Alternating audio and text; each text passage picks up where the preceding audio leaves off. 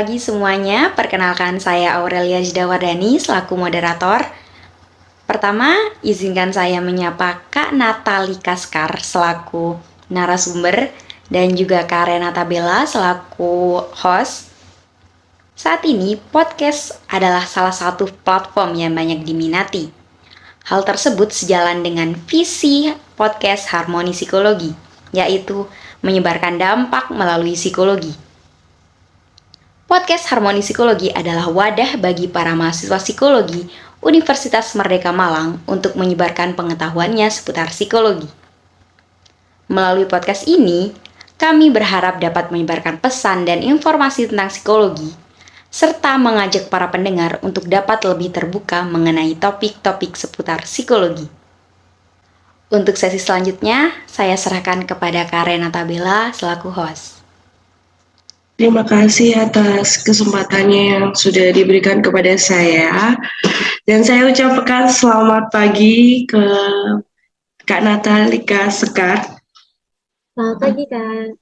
Ya, kami ucapkan terima kasih atas perkenanannya bisa join dan bisa menjadi guest pertama di kegiatan pioner komunitas kami, yaitu Harmoni Psikologi. Terima kasih banyak. Terima kasih juga sudah mengundang saya ya. Oke Kak, dengan senang hati. Boleh diperkenalkan nih, Kak Natalika Sekar itu siapa sih gitu? Terus kesibukannya akhir-akhir ini tuh apa? Oke, sebelumnya kenalin dulu, namaku Maria Natalika Skarninias. Ini kan namanya panjang banget nih. Bisa dipanggil Ika aja, IKA. Terus untuk akhir-akhir ini aku lagi sibuk jadi content creator juga, jadi freelancer juga di digital agency. Terus lagi istilahnya masih upgrade skill di beberapa bootcamp gitu. Ini Kak, sebelum Kakak menjalani dunia ini, apa Kakak itu nggak ada niatan untuk berkuliah atau melanjutkan ke jenjang yang lebih tinggi sebelumnya? Ada sih Kak pasti. Jadi kan aku baru lulus SMA tahun lalu nih, dari 2022. Pas istilahnya ada di fase-fase di Agustus gitu yang buat pendaftaran seleksi gitu kan, PTN ataupun PTS.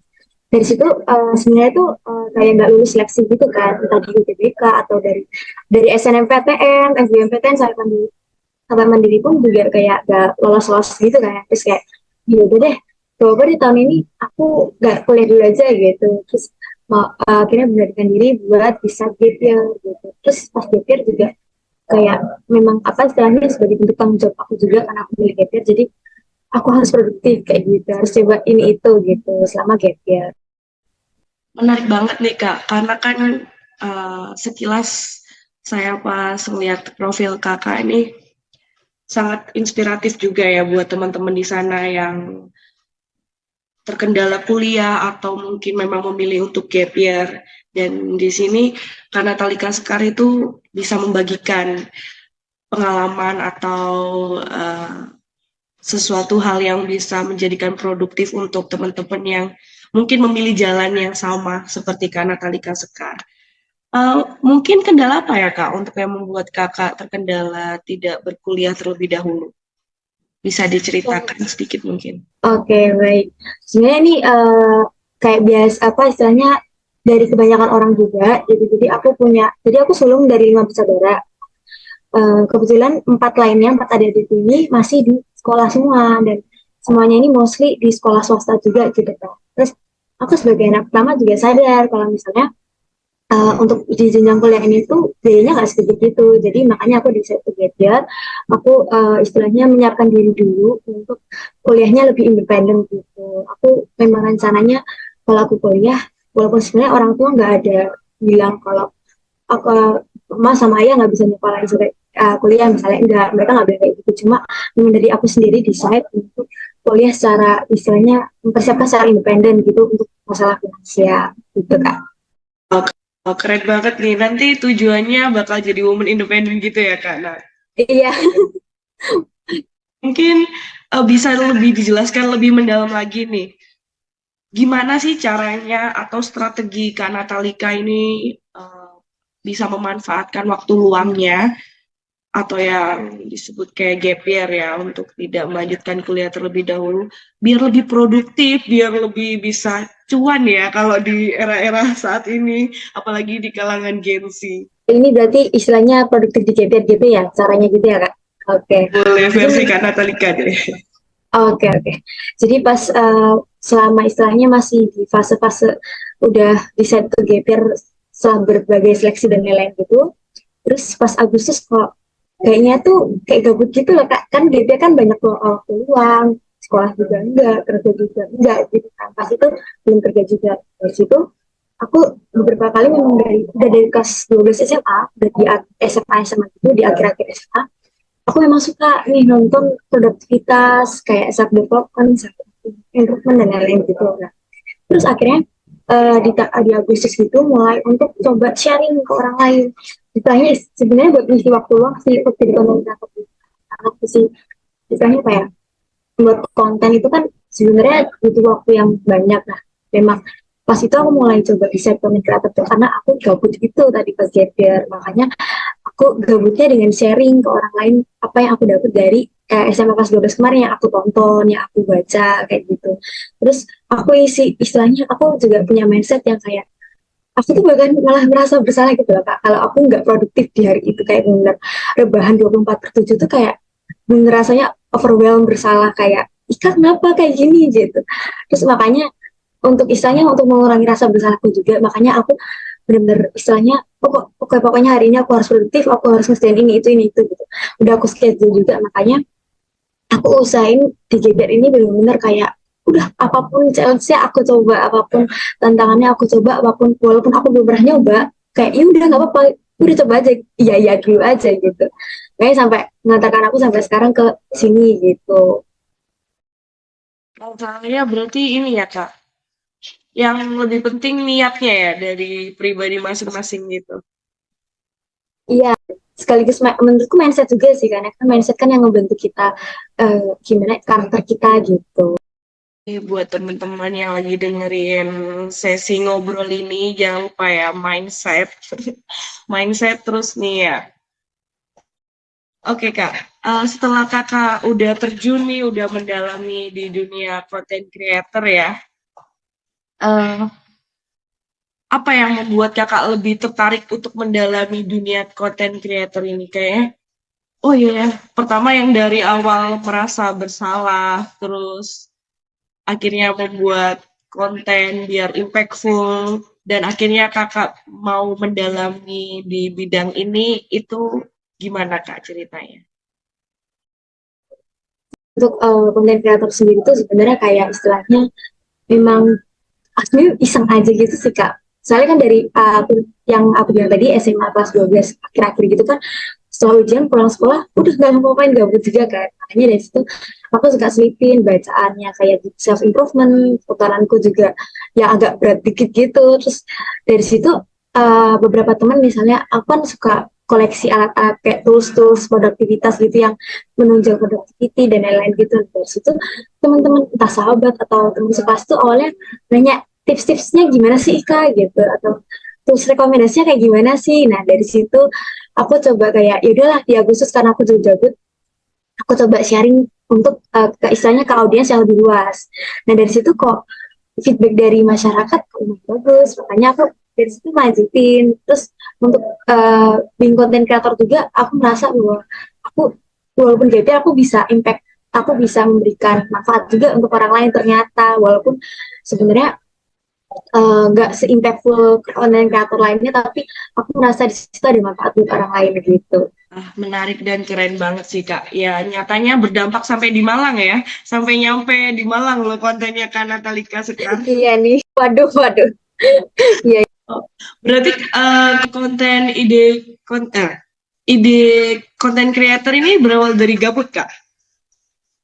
iya iseng tadi itu sih Kak. Karena kan kayak udah aku coba-coba isi isi waktu luang terus kayak konten gimana sih, karena aku memang dari dulu suka sosial media. Dulu tuh itu apa istilahnya, akun aku yang itu tuh buat random gitu sih, udah aku upload konten tapi random gak jelas. Nah dari situ aku arsipin semua, aku ganti dari dengan istilahnya dengan personal branding dengan yang lebih niat lagi gitu, makanya jadi konten creator yang saya sekarang gitu, yang self development dan improvement dan lain-lain itu. Berarti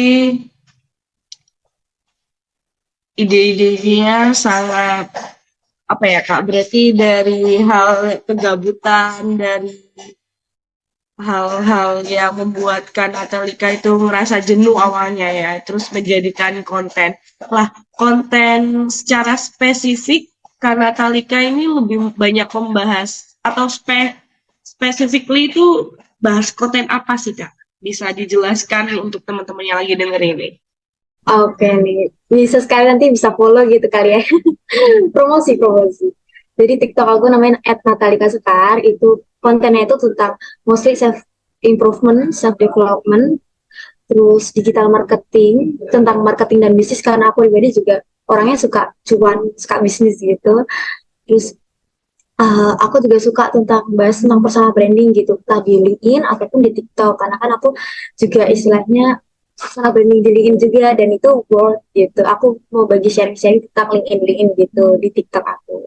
Tadi udah dijelasin ya kenapa Kak Natalika Sekar specifically membangun konten yang self development ya karena agar lebih berdampak saat melihat kontennya Kak Natalika ya. Selama membangun konten atau merintis di awal-awal, tantangan apa aja sih Kak yang Kakak adepin, yang harus Kakak laluin? Mungkin bisa sih di-share buat teman-teman yang lagi dengerin. Kali aja mereka pengen jadi content creator gitu. Ini pertanyaan bagus ya. Jadi sebenarnya semua menurutku pribadi ya, semua orang itu bisa jadi content creator tergantung konsistensi dan niat gitu. Kayak pertanyaan tadi itu, tantangan jadi content creator sebenarnya untuk aku pribadi ya, itu lebih ke teknikal gitu. Jadi misalnya aku kok udah buat content planning untuk seminggu gitu, dan ternyata selama seminggu ini aku nggak bisa istilahnya membuat konten selama seminggu yang udah aku rencanain gitu. Jadi secara technically aku belum konsisten banget gitu, istilahnya masih bolong-bolong, masih ya istilahnya kalau aku bisa konten ya udah aku konten, kalau aku nggak punya waktu ya udah nggak usah gitu, kayak gitu. Dan sebenarnya itu minus juga sih sebagai konten creator kan, karena kayak mempengaruhi dari algoritma TikToknya juga kan, mempengaruhi naik turun matriksnya di TikTok gitu. Sebenarnya lebih bagus sih konsisten, cuma aku sendiri belum bisa istilahnya membuat konten untuk seminggu sebulan, itu masih belum bisa. Jadi lebih ke tantanganku, aku belum terlalu konsisten untuk membuat konten ini gitu. Untuk niat pasti ada sih, cuma ya kadang-kadang itu karena nggak ada waktu, kayak udah hektik banget nih seharian apa ngapain, jadi kayak kontennya nggak kepegang kayak gitu. Terus kayak tantangan jadi konten kreator juga karena aku denger dari content planning sampai syuting sampai nggak handle tuh, karena ya cuma aku yang megang gitu sih Kak, karena kalau nggak bisa ya berarti nggak ada konten kayak gitu.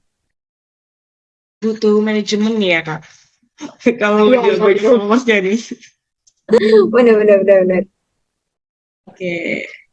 Kak Natalika tadi udah menjelaskan tantangan apa aja, effort apa aja yang dilakuin. Pasti bakal dapat benefit dong. Kira-kira boleh nggak di-share ke teman-teman benefitnya jadi content creator itu apa aja sih selain udah tantangan yang dihadapin berat juga. Ini pertanyaannya agak ini ya, tapi bagus banget sih menurutku ya. Jadi benefitnya tuh salah satunya kayak gini sih, diundang sama Universitas Merdeka Malang gitu untuk jadi podcast di psikologi harmoni gitu ya. Makasih sebelumnya. Jadi untuk benefit aku tuh semenjak aku jadi content creator tuh, hal yang paling deket gitu jadi kayak bahan pembicaraan sih, pasti sih bahan pembicaraan temen, keluarga, saudara gitu. Terus kayak misalnya ada pengalaman juga temen sepanitia, panitia di suatu komunitas, aku sama dia cuma saling tahu, oh dia tahu aku tahu dia, tapi kita beda divisi, baru kenal juga pas karena komunitas itu kan. Terus pas pertemuan selanjutnya, pas di hari H, tiba-tiba dia nyeletuk, Kak, kontenmu masuk FYP ku loh. Terus kayak, loh, kok bisa gitu. Mungkin karena kan kalau di TikTok kan algoritmanya kalau kontak gitu kan, kontak temen, kontak apa tuh nanti bisa lewat gitu. Nah, mungkin dia dari situ juga. Terus kayak, dari situ kok, loh, kok kamu nonton gitu. Terus kayak kaget aja gitu sih. Terus kayak, kok bisa sampai dia gitu. Terus itu baru salah satu aja. Soalnya ada beberapa teman juga yang kayak, misalnya di chat, Kak, kayak di sini gak di sini sih, tapi kayak di notice gitu kayak, Kak, ini loh, udah ini Ika aja buat LinkedIn, kayak misalnya yang tentang personal branding di LinkedIn, kayak kalau misalnya tanya-tanya tentang LinkedIn udah ke Ika aja, biar Ika yang jawab gini-gini gitu. Terus kayak, oh mereka tahu personal brandingku tuh apa, mereka tahu aku sebagai apa, sebagai udah apa istilahnya brand image yang udah aku bangun gitu, dan mereka memang notice-nya sebagai itu gitu. Terus kayak maksudnya juga senang dan bangga juga gitu sama pencapaian diri sendiri gitu. Terus banyak hal sih yang aku dapet kayak banyak opportunities lain, nggak cuma dari kerjaan gitu, entah aviasi ataupun bahkan aku kemarin sempat langsung di DM sama salah satu istilahnya dia punya digital agency gitu. Jadi langsung ditarik buat kerja bareng sama dia kayak gitu. Langsung move ke WA dan sampai sekarang masih gitu. Dan itu menurutku opportunities yang istilahnya bisa jadi privilege juga gitu loh buat kita ke depannya gitu. Sangat keren banget sih karena Kalika udah di usia yang masih younger banget dan belum menempati pendidikan di perkuliahan, tapi experience-nya udah banyak banget dan aku amazing banget, proud of you Kak Natalika. Makasih Kak. Happy banget Kak Natalika bisa respon tim kami dengan baik dan bisa hadir di tempat ini dan meluangkan waktunya. Thank you ya Kak. Oke nih, bicara soal privilege. Tadi kan Kak Natalika Sekar membahas privilege jadi content creator. Ada nggak sih? Tadi kan Kak Natalika Sekar cerita lebih ke tantangannya faktor internal ya.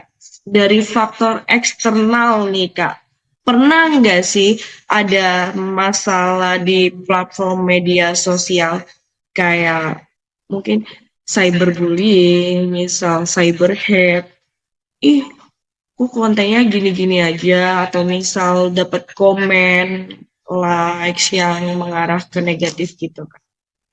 Sebenarnya itu pasti ada sih Kak. Maksudnya kita membuat konten itu pasti ada istilahnya pendapat pro kontra gitu. Misalnya aku menjelaskan ini lebih ke pro, ternyata ada oh kontranya seperti ini. Untuk aku pribadi itu uh, kadang-kadang suka dapet kayak gitu, cuma aku apa istilahnya akan aku yang mengontrol diriku sendiri gitu. Jadi aku lebih memilih untuk melihat konten-konten yang mendukung daripada konten-konten yang buat aku down dan buat aku lebih kayak gak semangat lagi, kayak istilahnya deg-degan gitu loh, kayak deg-degan kok gue di head gitu. Tapi dari konten negatif pun aku biasanya juga ambil istilahnya introspeksi diri juga, sebenarnya konten ini bahas tentang apa sih kok bisa ngundang hateful comment kayak gitu. Terus aku juga kadang kalau misalnya memang konsepnya mereka lebih ke kritik dan saran gitu, aku tetap ambil itu sebagai feedback buat aku ke depannya gitu. Jadi oh berarti aku nggak upload konten yang kayak gini lagi gitu, mungkin terlalu sensitif bahas publik misalnya kayak gitu gitu sih Kak. Jadi walaupun ada komen negatif pun aku tetap pilihannya antara dua. Kalau misalnya bener hateful banget itu bener aku kayak nggak, udah aku cuma baca sekali terus aku delete atau apa yang, jadi bener yang bisa sebisa mungkin aku nggak lihat itu lagi gitu loh. Tapi aku udah tahu ada kayak gitu, tapi jadi buat aware dulu gitu. Terus kalau yang kedua yang tadi itu beri kritik dan saran untuk memperbaiki ke depannya gitu. Kalau misalnya memang aku salah, oke, aku fine. Aku istilahnya minta maaf juga gitu secara langsung di komen gitu. Kalau misalnya memang untuk kritik saran yang bangun, itu memang aku buat feedback ke depannya biar buat konten lebih baik lagi gitu. Lebih ke cara menyikapi aja ya Kak. Iya benar banget. Karena Talika bisa di-share sedikit dong. Dalam sehari itu bisa berapa kali produksi konten untuk pembuatan kontennya, untuk posting konten. Mungkin teman-teman bisa belajar dari Kak Natalika. Ya sebenarnya menurutku pribadi ya, buat konten itu gak sesusah itu kan. Tipe-tipe konten, format-format konten itu banyak gitu kan. Ada yang kayak cuma dia postnya kita lagi ngetik, kita lagi nulis, terus nanti tiba-tiba cuma ada tulisan-tulisan doang yang diedit-edit keluar masuk gitu kan. Itu sebenarnya gampang gitu kan, kayak istilahnya durasinya udah 10 detik aja pakai lagu yang lagi trending, udah selesai gitu. Biasanya sehari aku bisa upload pernah sekitar 3 kali postingan itu di jam berbeda, tapi bener 3 konten itu aku edit, aku tag, aku bener semuanya langsung bareng sehari itu aku pernah, karena memang mungkin itu juga tipe-tipe konten yang nggak susah untuk editing gitu. Misalnya yang tadi aku bilang itu simple, jadi kayak cuma masuk keluar masuk doang kan gampang gitu kan diedit-editnya. Terus kayak bukan POV yang kayak aku harus ngomong atau gimana, atau yang cuma transisi-transisi yang misalnya dari song TikTok yang lagi tren terus tinggal dimasukin informasi-informasi yang penting, cuma kayak gitu doang kayak bisa lah 3 atau 2 jam gitu. Tapi emang buat konten ini bisa bisa minta banyak waktu sih menurut aku pribadi, karena kan aku ngeditnya syutingnya aja bisa kayak setengah jam sampai 1 jam gitu, kayak misalnya kayak rasa kurang atau gimana, tapi bisa sih karena aku udah biasa juga sekarang. Aku 1 jam tuh bisa satu konten gitu langsung kayak cepet, langsung kayak ngeditnya kan aku udah ngerti, udah familiar sama fitur TikTok, CapCut gitu, jadi kayak jadinya gampang cepet gitu, terus kayak ya udah langsung ditinggal tidur gitu, langsung selesai gitu, tinggal diupload kayak gitu. Teman-teman, pasti kita semua itu bisa, asal ada kemauan. Oke Kak, untuk dalam proses pembuatan konten, produksi konten, posting konten, pernah nggak sih Kak Natalika ini membandingkan konten Kakak dengan konten orang lain? Ini secara negatif maupun positif ya? Atau Kakak pernah ngerasa kayak cemas, overthinking, ngerasa kayak aduh kok kayak lebih bagus konten dia ya, waduh gimana ya kontenku biar lebih grow up lagi gitu. Pertanyaannya bagus banget ya, jadi aku benar-benar memang pernah, dan nggak sekali 2 kali, memang kayak kadang-kadang kalau misalnya konten kreator yang lewat, konten kreator lain yang masih sama satu bidang, misalnya improvement, development atau apapun gitu, terus saya kayak kok kontennya dia udah isinya sama, ini gue udah tahu nih isinya apa lanjutannya gitu, aku udah tahu mostly kontennya bahas apa, tapi kok dia lebih worth daripada punya aku, lebih lebih FYP dia misalnya. Aku beberapa sampai istilahnya tahu konten kreator aku nih Teni, kayak oh ini nih konten kreatornya si A, si B, si C ini bahasnya tentang ini, aku tahu konsep, misalnya aku paham istilahnya spesialisasi, istilahnya konsep khasnya dia yang bikin dia unik gitu. Nah, biasanya dari sisi positifnya, biasanya aku ambil itu dari sisi ambil videonya, kayak teknikalnya dia kok bisa bisa work, bisa bagus, entah dari editingnya atau dari memang dari konsepnya yang bagus, atau memang dari dia cara penyampaiannya yang bagus gitu. Terus kayak untuk negatifnya pasti sih dibuat overthinking, pasti pernah kayak misalnya karena sering tak punya misalnya si kreator Ani sering lewat nggak di TikTok, nggak di IG, dihantui gitu kan, sering lewat, terus kayak padahal dia baru mulai misalnya dari 2 bulan yang lalu, sedangkan aku kan udah dari tahun lalu nih, tapi kok dari sisi algoritma, followers, likes dan lain-lain kok lebih cepat dia yang growth gitu daripada aku. Nah dari situ biasanya sih aku kayak "Oh, kok dia bisa tinggi ya gitu, kok bisa kayak minder gitu, lebih ke minder insecure gitu loh, kok apa aku sebenarnya bagus gak sih gitu, aku tuh sebenarnya ini gak sih gitu, kayak eh, kadang suka mempertanyakan diri sendiri juga gitu loh, ini gue tuh niat gak sih jadi konten kreator gini-gini, kok bisa kalah sama dia gini-gini. Istilahnya ada rasa-rasa tersaingi gitu, tapi dari rasa tersaingi itu juga bisa kayak sepersekian kecil gitu loh, istilahnya misalnya lingkaran itu cuma satu perempatnya rasa-rasa negatifnya itu, tapi di 3/4-nya itu aku masih kayak positif, yang kayak kalau istilahnya ATM gitu, amati tiru modifikasi. Jadi aku lihat kontennya dia, aku saya lebih ke ambil itu sebagai feedback buat aku juga, misalnya biar buat perbaikan di kontenku selanjutnya biar lebih work kayak dia gitu. Jadi dari cara penyampaian, editing, atau konsepnya, atau memang kayaknya punya aku yang kurang unik deh gitu, terus atau punya aku yang terlalu lama deh, nggak to the point deh atau gimana. Nah itu dari konten kreator lain aku coba aplikasiin ke aku gitu. Jadi sebenarnya bukan lebih ke persaingan, tapi lebih ke istilahnya untuk introspeksi diri sendiri juga gitu. Sangat menarik ya untuk cerita up and down ya selama membuat konten. Jadi Kak, untuk membalancing mood itu gimana Kak? Kan nggak semua orang ya bisa punya pemikiran yang seperti Kak Natalika. Mungkin ketika dia merasa insecure, ngerasa dia merasa kurang dari konten creator lain, dia kan bakal ngerasa kayak terus membandingkan dirinya, terus merasa terpuruk. Oh yaudah deh, stop konten aja, kayak aku nggak bisa deh. Nah, kita nih butuh mindset-mindset kayak Kak Natalika Sekar. Itu gimana Kak untuk cara Kak Natalika Sekar menyeimbangkan untuk membenarkan mindset dikala perasaan nggak nyaman, perasaan negatif itu datang di situasi gitu.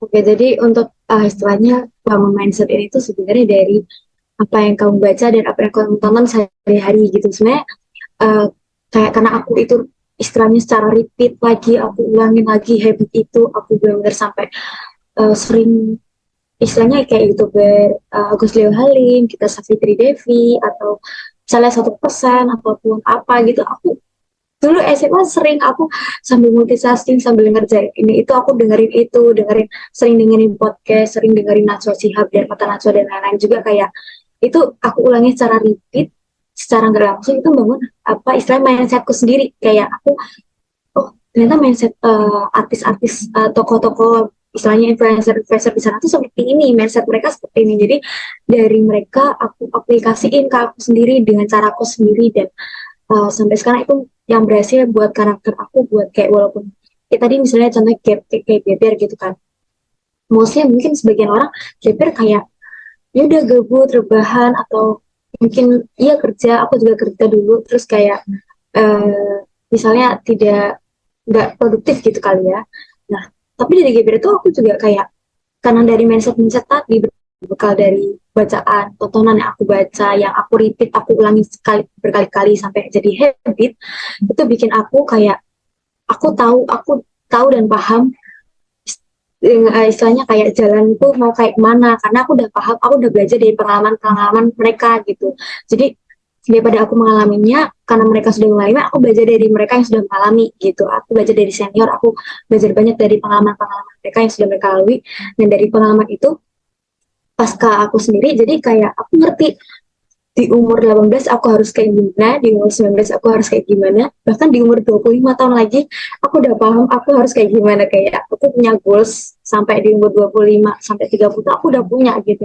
Aku udah punya karirnya kalau nggak ke sini, kalau ke sini. Jadi aku benar-benar punya uh, dari mindset tadi itu yang aku sering tonton dari bacaan yang aku sering baca juga yang aku repeat berkali-kali itu bisa bentuk jalanku sendiri gitu loh. Jadi aku walaupun orang lain kok kamu pede sih, kok kamu percaya diri sih, kok kamu mau sih GPR gini, karena aku udah paham, karena aku udah istilahnya udah yakin juga sama karirku karena aku berpegang sama apa yang mereka istilahnya kasih value gitu ke masyarakat gitu. Jadi ya istilah kayak tadi itulah ya Najwa dan lain-lain gitu. Jadi kayak dia istilahnya kasih inspirasi buat aku dan aku terinspirasi dari mereka semua gitu. Terus kayak jadi ikutin jalannya mereka gitu. Keren banget sih Kak Natalika. Aku banyak dapat insight dari Kakak.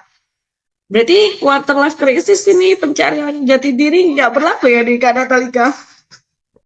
Itu sebenarnya itu pasti sih terjadi, cuma itu udah lumayan lewat jauh gitu. Jadi kayak oke, aku udah paham alur hidup seperti ini 20 tahun.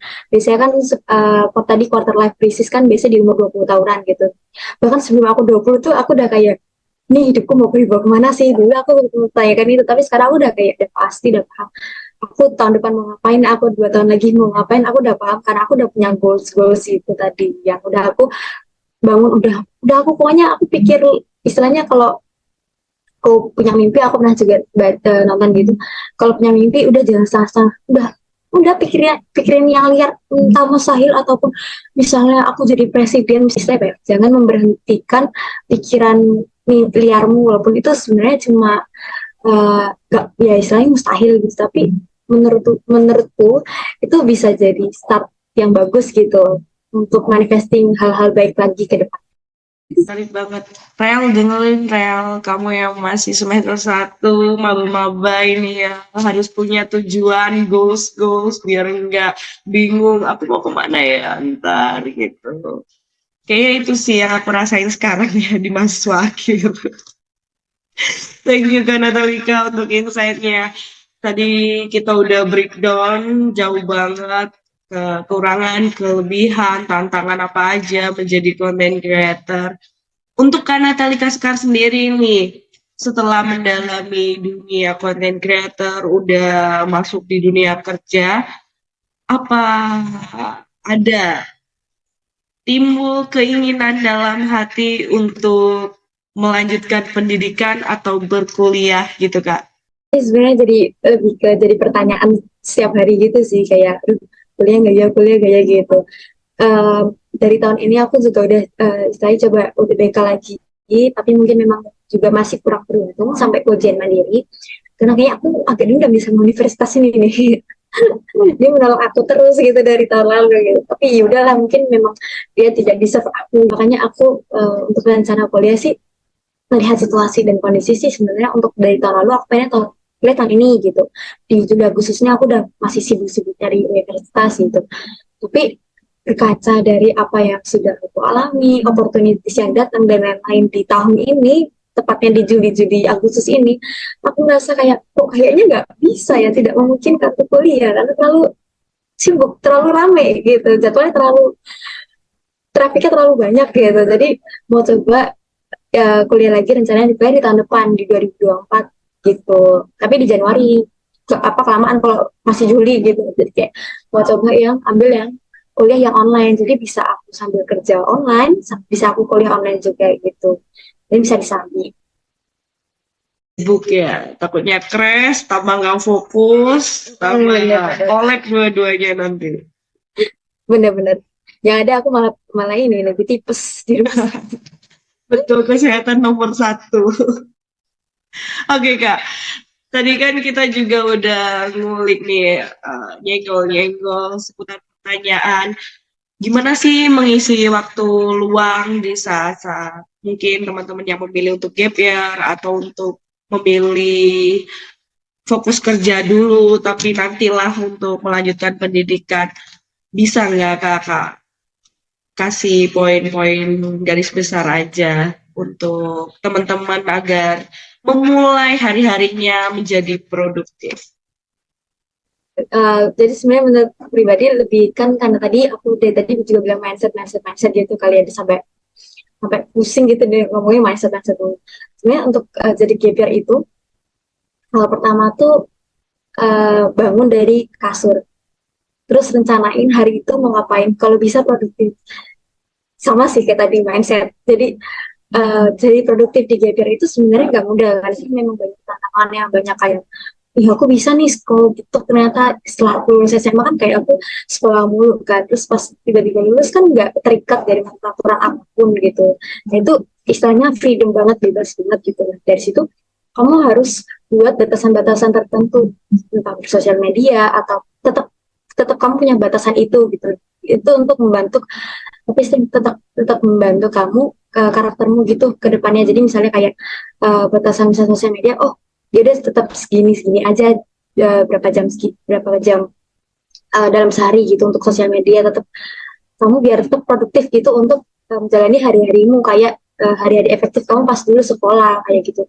Terus menurut aku juga kalau produktif itu gak gak susah, misalnya beranjak dari hal-hal kecil, misalnya kayak bersihin kamar dulu kan, istilahnya apa yang kamu lihat pertama pas kamu melek setelah bangun dari tidur itu kan, kayak itu bisa membangun suasana kamu dalam seharian gitu loh. Kalau kamu moodnya udah jelek, kayak bangun pagi terus kayak lihat situasi sekitar, kamar kotor, spray berantakan dan lain-lain, itu kayak rasanya risih gitu, kayak apa, kok makin jelek makin buruk gitu ya hariku gitu kan. Jadi beranjak dari hal-hal kecil dulu aja, dari bersihin kasur dan lain-lain, terus nanti misalnya bangun lebih pagi atau nanti mandi pagi kan lebih seger gitu kan, daripada nanti mandinya udahlah nanti mandinya jam 12 aja, itu tuh bikin harimu tuh makin pendek gitu loh, karena kan nanti-nanti aja gitu kan. Jadi seharian tuh kamu nggak produktif jadinya. Jadi menurutku bangun pagi tuh lumayan sosial gitu ya, untuk persiapkan dirimu selama seharian juga lebih produktif gitu kan. Terus yang tadi aku juga bilang itu tentang kayak misalnya hal-hal kecil, misalnya jemur pakaian, cuci piring, langsung cuci piring dan lain-lain, hal-hal kecil kayak gitu misalnya. Terus kayak misalnya hari ini oke, hari ini aku mau ngerjain ini itu, ya udah langsung kerjain hari ini, jangan ditunda ada deadline sampai besok, udah hari ini aja. Stay produktif tuh, stay bikin pikiranmu tetap kayak terjaga dalam ritmenya gitu, jadi nggak gusar-gusur pas nanti udah amin satu apa deadline gitu. Wah, tipsnya sederhana tapi langsung ngena ya. Kayaknya setelah ini aku langsung beresin kamar deh, Kak. Cucianku juga masih numpuk. Waduh, waduh, waduh. Bener-bener dari small thing bisa jadi impactful yang besar ya, teman-teman. Jadi lakukan aja dulu, nggak usah banyak pikir berarti ya, Kak.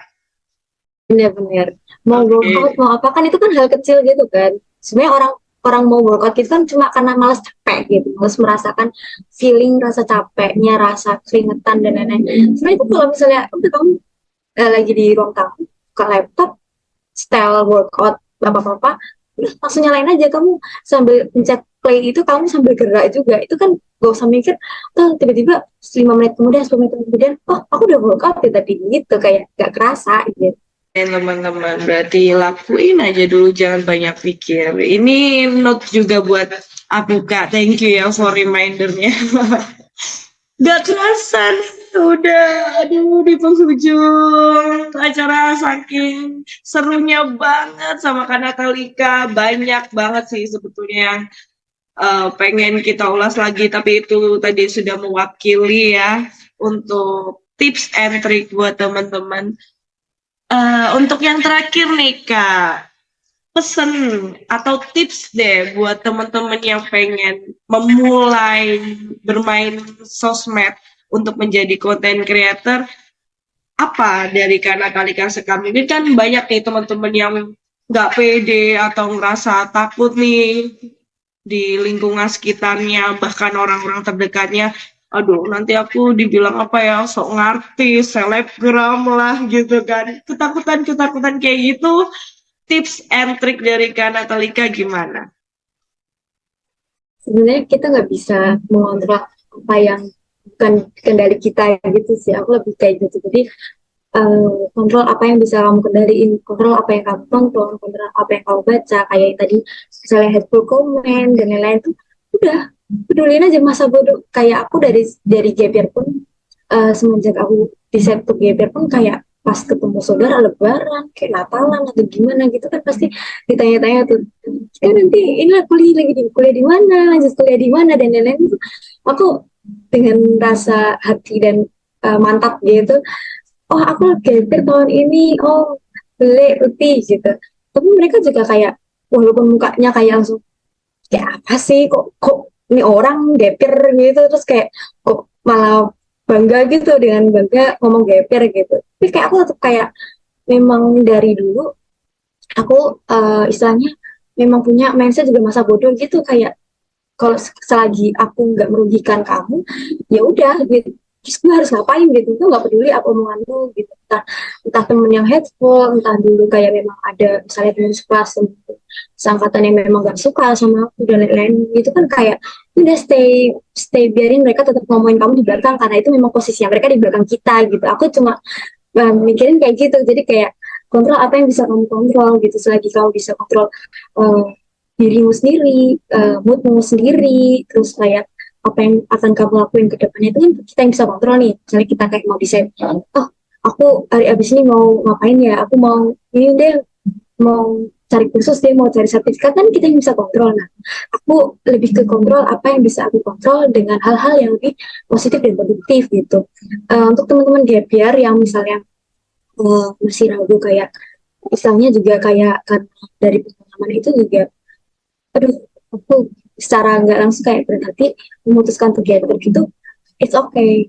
Being gap year itu bukan sebuah kegagalan kok guys, jadi kayak ada istilahnya tetap ada kesempatan, tetap ada harapan walaupun kamu gap year gitu. Itu tidak bisa, tapi istilahnya gap year never stop your step gitu loh. Maksudnya gak akan memberhentikan next stepmu mau kayak gimana gitu. Itu bukan sebuah batasan buat kalau kamu gak bisa berkembang lagi gitu, enggak. Gak kuliah pun tahun ini gak apa-apa, itu bukan berarti kamu gagal dalam seluruh hidupmu, enggak. Itu cuma seperkecil kegagalan dari beberapa kegagalan lainnya yang akan membentuk kamu untuk lebih baik, untuk lebih besar ke depannya. Kalau menurutku gitu sih Kak. Jadi kalau Kak, buat teman-teman yang gap year juga, it's okay being gap year gitu. Yang penting kamu bisa mempertanggungjawabkan kenapa kamu milih ini gitu. Kamu bisa tanggung jawab keputusanmu, walaupun misalnya bukan keputusan gap year atau saya keputusan apapun itu, kamu tetap tanggung jawab karena itu kamu udah decide dari awal gitu. Nah, dengan bentuk tanggung jawabnya seperti apa? Yaitu misalnya being produktif, being tetap stay positif dan lain-lain gitu. Bangun istilahnya bangun karaktermu, bangun pribadimu, cari passionmu misalnya. Karena kan menurutku jadi GPR juga privilege gitu ya, ketika yang lainnya teman-teman seangkatan udah pada kuliah, pusing-pusing UAS, praktek dan lain-lain gitu, aku kayak, santai gitu. Tapi enggak, santaiku tuh lebih kayak aku harus cari passion, aku harus menemukan diriku gitu. Makanya aku bisa ketemu diriku sendiri di GPR ini, itu sebuah privilege juga karena aku berhasil menemukannya setelah uh, di umur 18 tahun itu tahun kemarin. Jadi aku temuin diriku sendiri, aku paham, aku orangnya seperti ini, aku lebih kreatif, bukan analytical thinking, misalnya aku lebih suka ini itu, ternyata aku lebih suka lihat data misalnya atau apa gitu daripada yang ini. Aku bisa menemukan diriku sendiri tuh pas aku gap year. Makanya itu sebuah privilege yang nggak orang lain juga bisa dapat, dan itu bisa jadi kesempatan juga lebih besar ke depannya gitu. Istilahnya melibatkan sayap gitu. Jadi istilahnya curi start juga dari orang lain gitu. Terus kalau misalnya buat quotes nih, buat anak-anak gap year, be yourself. Terus kayak yang Taylor Swift yang lagi itu di TikTok rame, yang scary news is you're on your own now, but the cool news is you're on your own now. Jadi kayak walaupun kamu menjadi dirimu sendiri, tapi itu nggak masalah gitu. Be unique, be crazy sih kayak menurutku gitu. Be you juga. Oke, terima kasih banyak nih teman-teman. Be unique, be crazy. Thank you Kak untuk tipsnya dan untuk insight-insightnya, sangat menginspiratif banget. Bahkan bukan untuk teman-teman gap year aja ya. Untuk aku pun yang anak-anak mahasiswa akhir merasa terinspirasi banget, tahu harus gimana baiknya untuk diri kita sendiri, yaitu yang seperti Kak Natalika jelaskan tadi soal tanggung jawab. Berarti setiap kehidupan kita harus mempertanggungjawabkannya ya teman-teman, karena tanggung jawab itu juga tidak mudah. Kenapa? Atas apa yang kita pilih. Oke Kak, terima kasih banyak untuk hari ini dan sehat selalu, lancar sekali dalam segala apapun, dan semoga dilancarkan semuanya dalam target-target yang akan lebih tinggi lagi dari Kak Natalika sekarang. Terima kasih, ini dari saya, dan saya serahkan ke Amrit.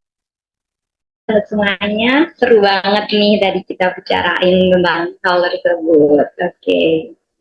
Nah, jadi dari yang aku dapat nih kesimpulannya, kalau gap year tuh bukan gagal nih. Itu tuh gap year tuh bukan kita untuk stop di step itu. Tapi gap year tuh harus jadiin kita biar lebih produktif lagi. Contohnya seperti karena kita ini.